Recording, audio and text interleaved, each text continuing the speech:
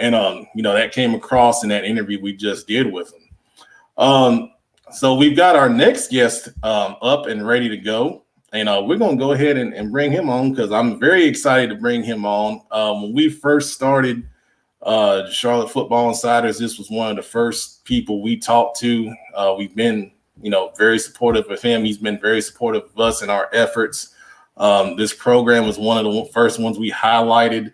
Both myself and Cherie Glenn, have done interviews with our next guest. And, I think he has done an awesome job with Hopewell, and we're going to catch up with him right now. And that is Hopewell head coach Jamel Burr, and we're going to bring him in right here as soon as we get the right name up. There we go. Oh, there you go. How you doing tonight, Coach? What's going on? Man, just living the dream over here at CFI, trying to, bring a little more sunshine in the Charlotte high school football season. Man, you doing it, man. You're doing a tremendous job. You always have. Keep doing it. Thank you so much, Coach. Thank you. So I'm going to lead with the first question that we asked Coach Ferb. Number one, in your opinion, should we be practicing right now? And then number two, in your opinion, are we going to have football in the fall, or is it going to be more like the early spring?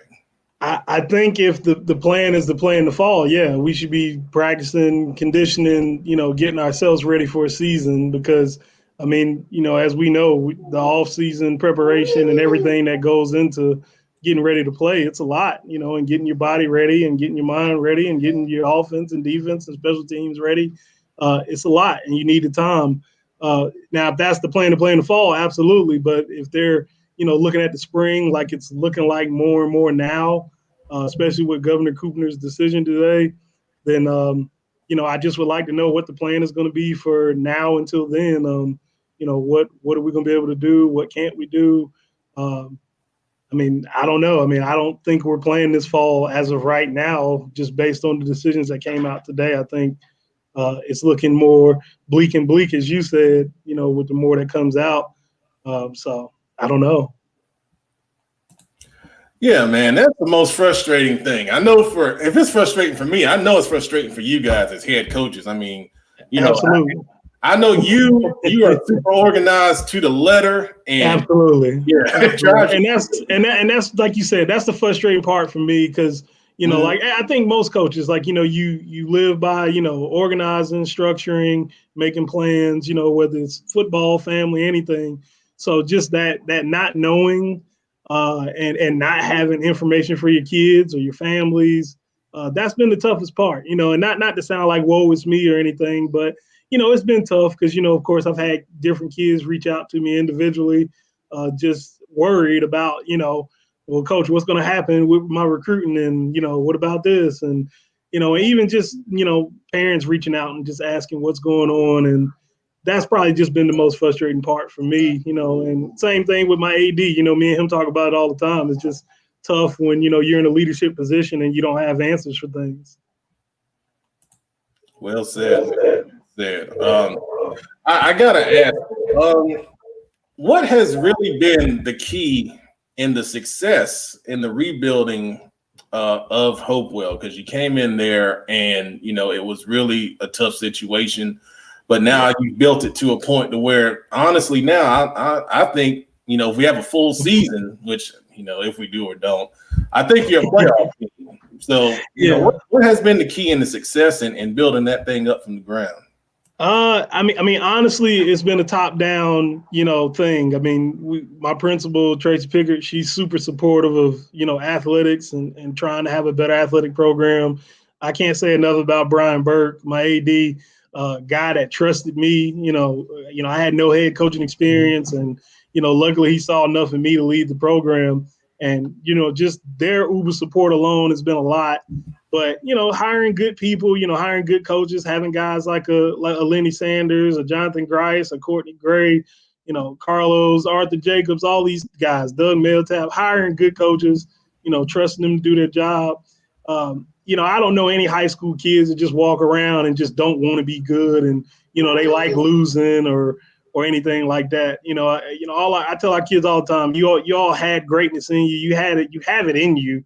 It's just our jobs as coaches to help bring it out of you, and And I think we've done that, so the kids, now that they know how to work, they know how to practice, they know how to do these things.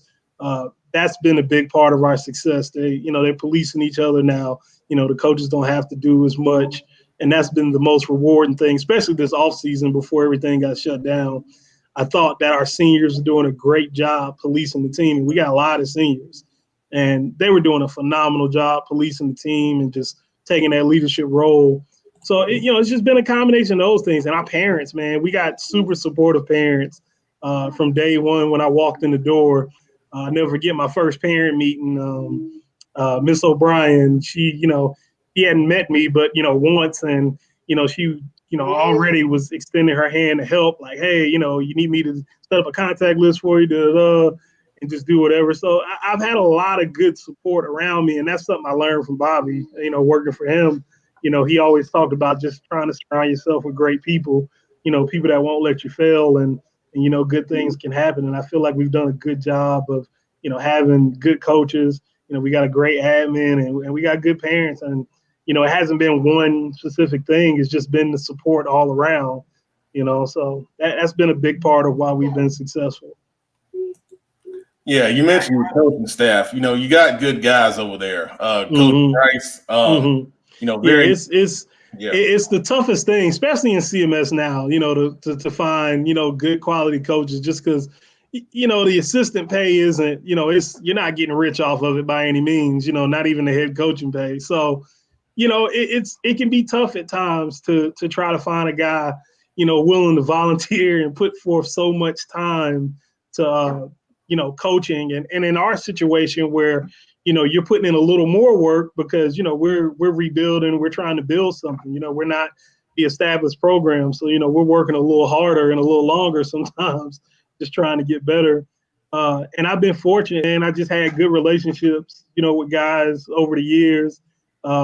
Lenny Sanders, who I've known since I was at Hardin, Doug Mailtap, we go back to, we're both West Meck guys. And, Coach Grice was a guy I met at a Glazer clinic. We just struck up a conversation, after a Glazer session that Jarvis was speaking in, and he was just a guy I kept in touch with. And, I was fortunate enough to be able to, that he took a job, with me and helping me.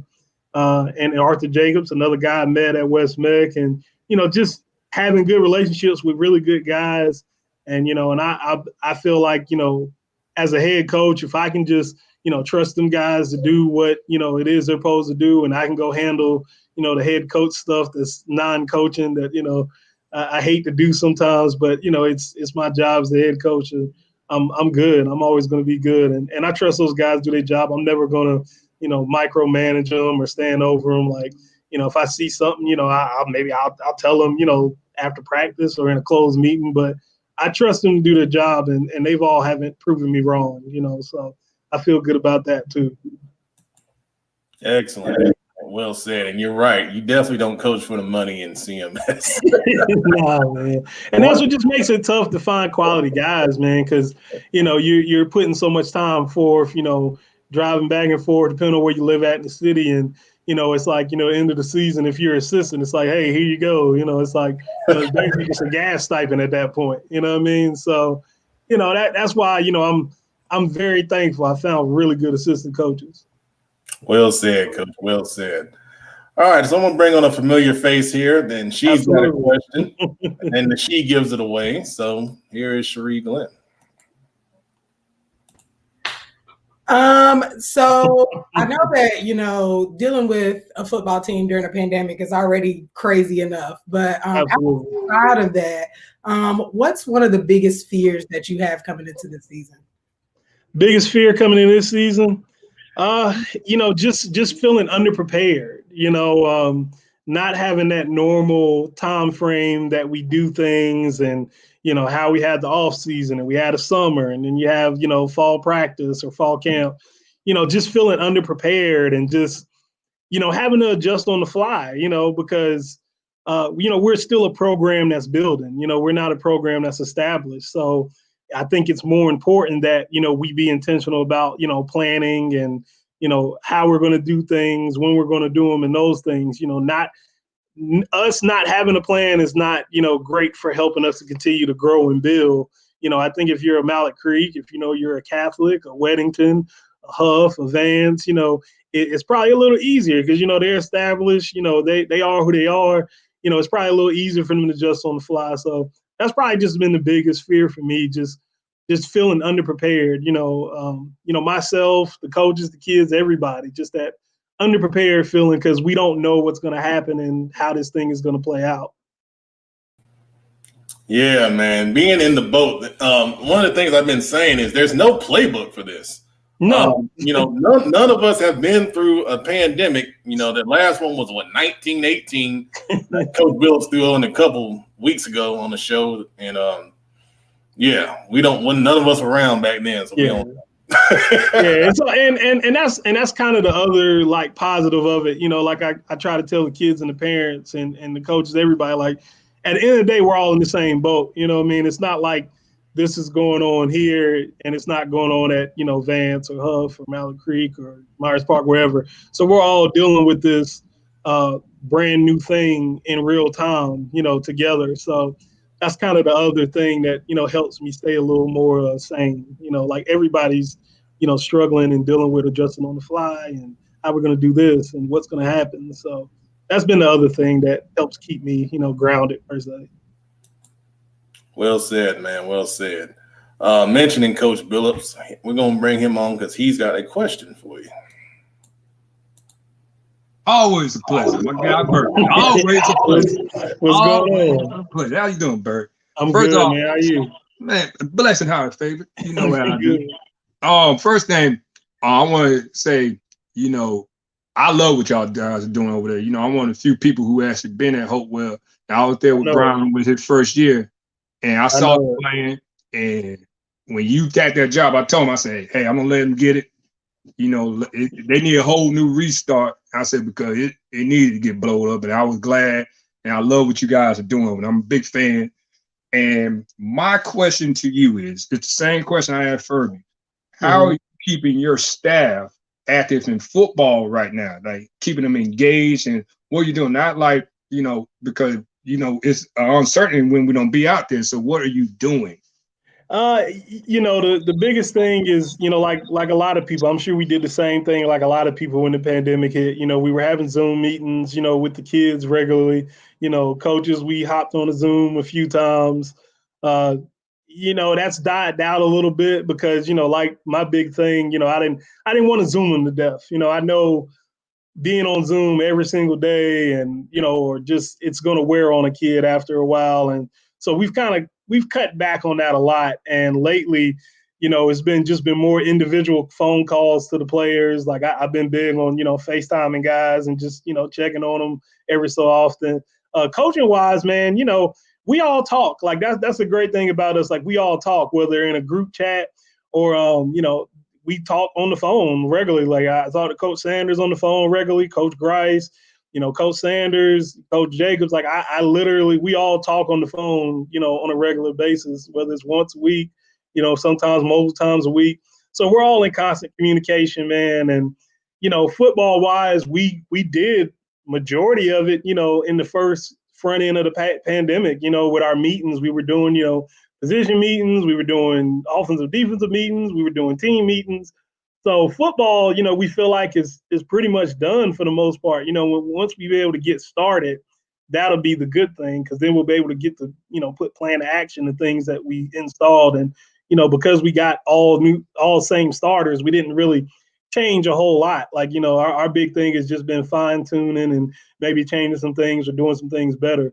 But we just stay in constant communication, on the phone, through the group chat. Like, we're pretty tight knit guys, so I haven't gone too long without hearing from, any of my coaches, and, maybe a week at most, but we stay in constant contact. Good stuff, Coach. Good stuff. We're going to bring in former head coach Ken Clanrock. He's got a question. Yes, well, Coach. What's up, Coach? What's going on, Coach? Man, I'll tell you what. It was so exciting this year. Coach Bird and I, we got to throw a little bit this summer. Yes, sir. Exciting to see, especially after a really rough first game, man. You guys kind of turned it around, and you guys are trusting the process. And all that stuff, man. I love the positivity that I see you guys put out on Twitter, man. I've got a question for you, though. A couple things that's been mentioned even tonight. So you mentioned how, you're still a young coach, man. I think this is your third year coming up. Pep mentioned how organized you are. I think he said to the letter, all that kind of stuff. My question to you is a little bit different. Through all this pandemic, and you have a plan A, and then you kind of move to plan B, then you kind of move to plan C, and then you have a plan, what the heck are we going to do? Man, I know in years, if you're like me, I imagine I knew where I wanted to be at the end of May when spring practice ended. I knew where I wanted to be the first week of the summer, the second week of the summer, by the last week of July. Who the heck, man, who are you going to for advice? Who are some of your mentors that you're going to that you can figure out what the heck, because we are so thrown off. We didn't have spring ball. We didn't have summer ball. Like when we finally start up, if we start up on September whatever they're saying now, like where should we be? Like what should that look like? How much is too much? Should I throw the kitchen sink at them? Should I really scale it back? We had all this momentum going. Who do you go to, Coach, for advice, man? Who'd you go to? Nick Mata's been my guy a lot. Nick, I don't know, Nick Mata was the head coach at West Meck. We talked quite a bit. We both were young head coaches. Came up at the same time. We talk a lot, bounce ideas off each other. I occasionally get, a text from my mentor, of course, and a call. Like he calls me pretty regularly. Bobby Collins. I talk to him still. My Queen City Bowl coaches group chat. We talk every so often. So, that's been the cool thing. Like, just being a young guy and all these, legendary coaches, I would say, in the city and in this area. I've been fortunate to be able to have some relationships with them. Coach Hills, man, he's one of my favorite people like that I've probably met through all this head coaching thing. And, I have so much respect for him, and he's always, if I shoot him a text, like he always texts right back or something. Coach Jenkins, man, Coach Jenkins too. If I ask him for anything, he's always great about hitting me right back. And, like, Coach, can you help me with this, do this? And he's always been great. So I'm fortunate for that. But my go-to guy is probably Nick Mata. And it's tough right now because, he's in South Carolina and they're getting to do stuff. So, when he calls me and tells me about, hey, man, this is what happened at practice today, it's a little bit of me is like, man, I don't want to hear about that. Like, we ain't getting to do nothing. So those are my go-to guys that I kind of lean on. It's good stuff, Coach. That's a very impressive list, Coach, as you mentioned right there. You mentioned the Queen City Senior Bowl. I asked Coach Hales about it last week. Yes, what was the experience like? I'm going to ask you the same thing. What was that experience like for you, being the D coordinator of the winning team there? Man, the funnest part was just, being a head coach, something that, I forgot how fun it was just to be able to coach. You're not worried about, budgets, booster club meetings, setting the practice schedule, nothing like, I literally just got to show up every day and coach and, and be a linebacker coach and be a defensive coordinator. And that was so much fun. And like you said, like Coach Hale said as well, being around those coaches, man, like just seeing how everybody kind of brought a little piece of them to that team, that was great to see as well. From Coach Thompson over at Olympic, Coach Washington at Charter, Coach Hales, Coach Jenkins, Coach Gray. Coach Gray is phenomenal, man. Me and him, we had a lot of fun on defense. He was coaching defensive line. I was coaching the linebacker, so we had a lot of fun in inside and things. And man, it was just a illustrious group of guys, man. And Coach Hales, man, he's so top notch. Like, from the first meeting we had as a staff, he had the practice script for the week and, everything we were going to do. And he was highly organized. I mean, it's no secret to see why he's been as successful as he has. So it was just really fun, man, to just be a coach for a change and be around that level of talent of guys, just so many good guys, man. Like, one guy I bragged on constantly throughout all was Lutzel from South Lake Christian, the kid that had like 16 picks. Kid was so smart, man. Like I haven't met many guys in the secondary just that smart. I mean, me and Coach Jenkins even made jokes like, it's going to be tough to take him out because he was making all the checks on the back end and getting us lined up and things. So, you know, it was just so fun to be around so many talented players, man, like, and just having fun and just coaching. Like, you know, we're not worried about anything. We're just out here for 2 hours. We're having fun. We're playing football. We're not worried about nothing else.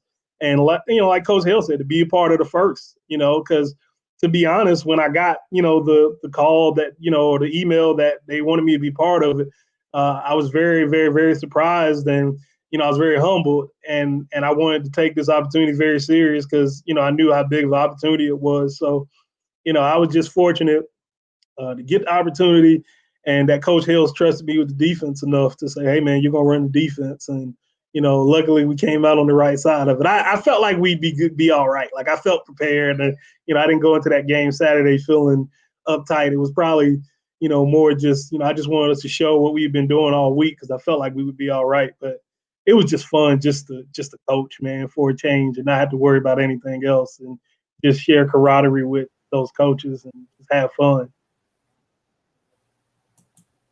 Good stuff, man. Good stuff, and great memories. Great memories. I go back and look at the film. You know, I look at the practice film more than anything else. That was the cool part of it because, you know, we don't really get to do that very much, and, you know, just to see the real coaching going on, and just it was a lot of fun. It was a lot of fun all week. Coach, you got, you know, some players on our IMEC preseason all conference team. Julian Gray, Jacob Polite, Williams, Fred Bates. Talk about those guys and some other guys that you feel like are going to make an impact for you. You know, Julian Gray, enough can't be said about him. You know, over 1,000 yards, you know, over 50 catches last year. I mean, he's a special guy. And I remember, you know, when we came in at first staff, we identified him as a guy that we thought could end up being a very special player. And, you know, we're glad that it's worked out because we seen that talent in him early on.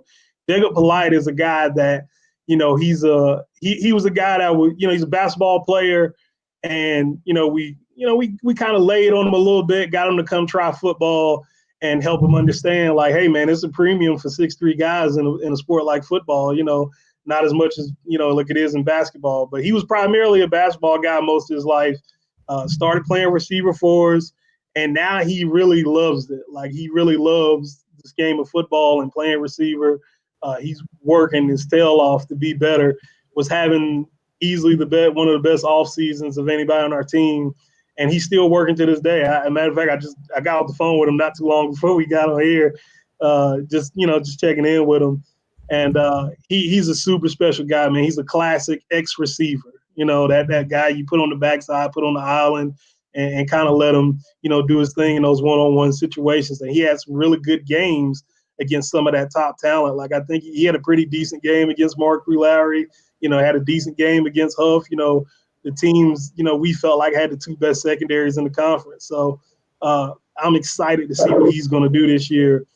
Defensively, Fred Bates, man, he's really developed into that leadership role on defense, being that he plays free safety for us, makes all the checks on the back end, helps get it lined up. And he really has embraced the leadership this offseason, especially during the pandemic. Him and our quarterback, DJ Mosby, are like the point guys or the contact guys for, you know, I heard that they're the guys that kind of help get guys together and they go over stuff. You know, they hop on Zoom calls and all kind of stuff together. So it's been cool to hear that stuff out of him. You know, Chris Williams is a guy, he's been a solid producer in the conference. You know, he's a guy, he doesn't talk a whole lot, doesn't say a whole lot, but he produces, man. Like, he's had 2 really solid seasons this past year. You know, stats just up there with the other great linebackers in the conference. Some guys that, like you said, weren't on the list. Jabari Brown's a guy I have to talk about. You know, Jabari Brown plays overhang safety for us, plays what we call the star. You know, he's played in pretty much every position in the secondary, but plays a super important role because this role is probably the most versatile. I mean, we're looking for a big season out of him. He's been working his tail off in the weight room, probably gained about 10 pounds in the all season, just, you know, putting on the good weight. Trayvon Richardson is another one, you know, real quiet guy, doesn't say a whole lot, but, you know, he's been really good for us playing our rover safety. Missed a lot of the season last year, had some off the field issues and ended up missing a big part of the season. But he's back, man, and we're so happy to have him back. a guy that a lot of people don't talk about, man, and maybe it's because he's, an undersized guy, but Major Weathers, man, one of my corners. Major Weathers has started every single game on varsity since he's been at Hopewell my first year. He was a guy that we got, late in the summer. We were playing him in some other spots. We tried him at corner a little bit, and, he really ran away with that spot. Like, he proved that he was the best guy there. And even in his first game, he had a really good game. And in his second game against Independence, he had a pick that game. And, they kept trying to throw the fade ball at him, and then he eventually picked it off. And he ended up going on having 2 more picks the rest of that season. And he started every game. And I think he's a guy that can get a whole lot of, hype and pub, because he's undersized. He's not your 6-foot corner and all that. But, man, just an absolute baller, and just plays the game the way it's supposed to be played.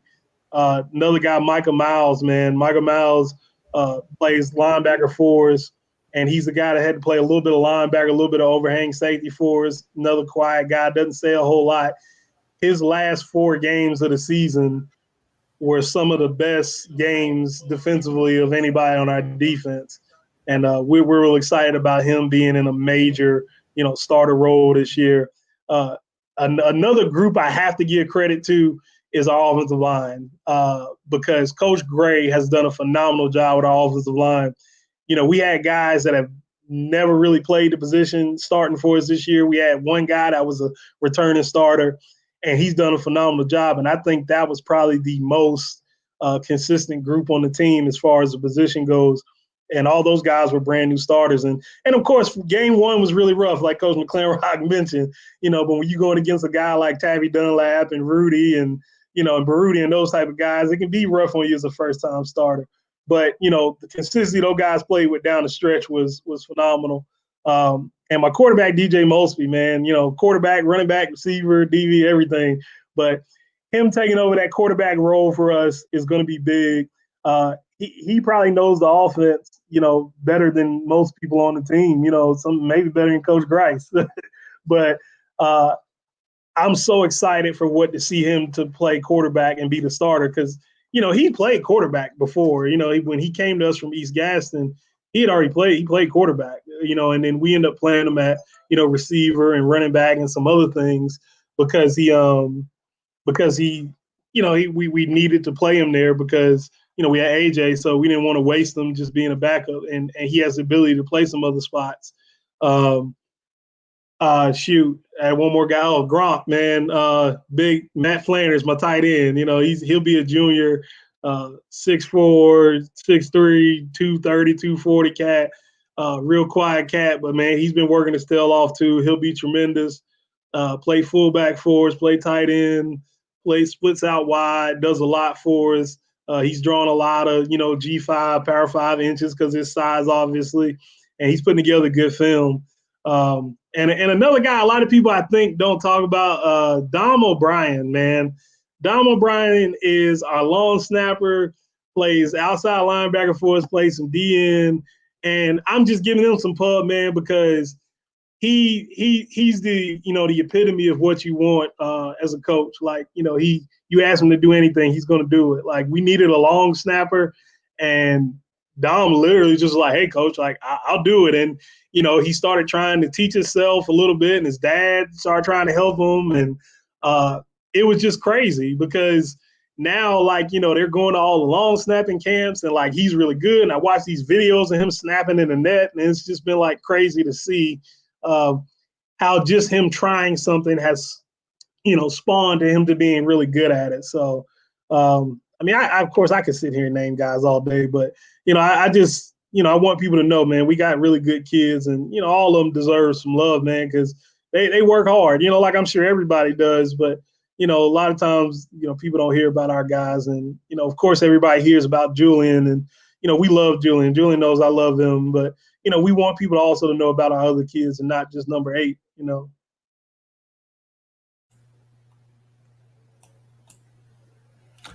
Yeah, there was a lot of talent that you mentioned right there, Coach. And I'm glad you mentioned the long snapper. We didn't, out of all the positions we had in the IMEC, we didn't have a long snapper. But when we looked, at O'Brien. He definitely, can get it done, from that position. Yes, sir. Coach, it was a pleasure talking with you, man. I'm glad we were able to get you on here tonight. And you were able to share. Yeah, we definitely appreciate you, man. You were able to share a lot of good stuff about what's going on up at Hopewell. And, hopefully we'll be out at the practice in the fall.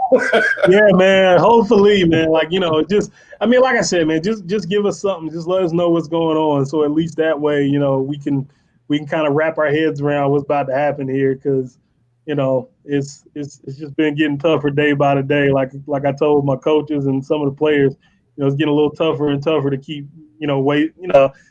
making use of your time every day, just trying to find stuff to do. The COVID projects are running out. You ain't lying on that. Oh my gosh. But Coach, man, it was a pleasure having you on, man. Thanks for coming on, and we hope to see you in person again real soon.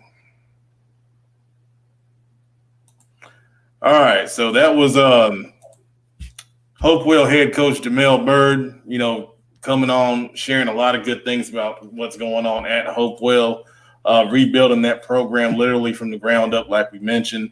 And I think if we do have a season full or reduced, I think they're at the point now where they can, go ahead and make the playoffs. All right, so now it is time for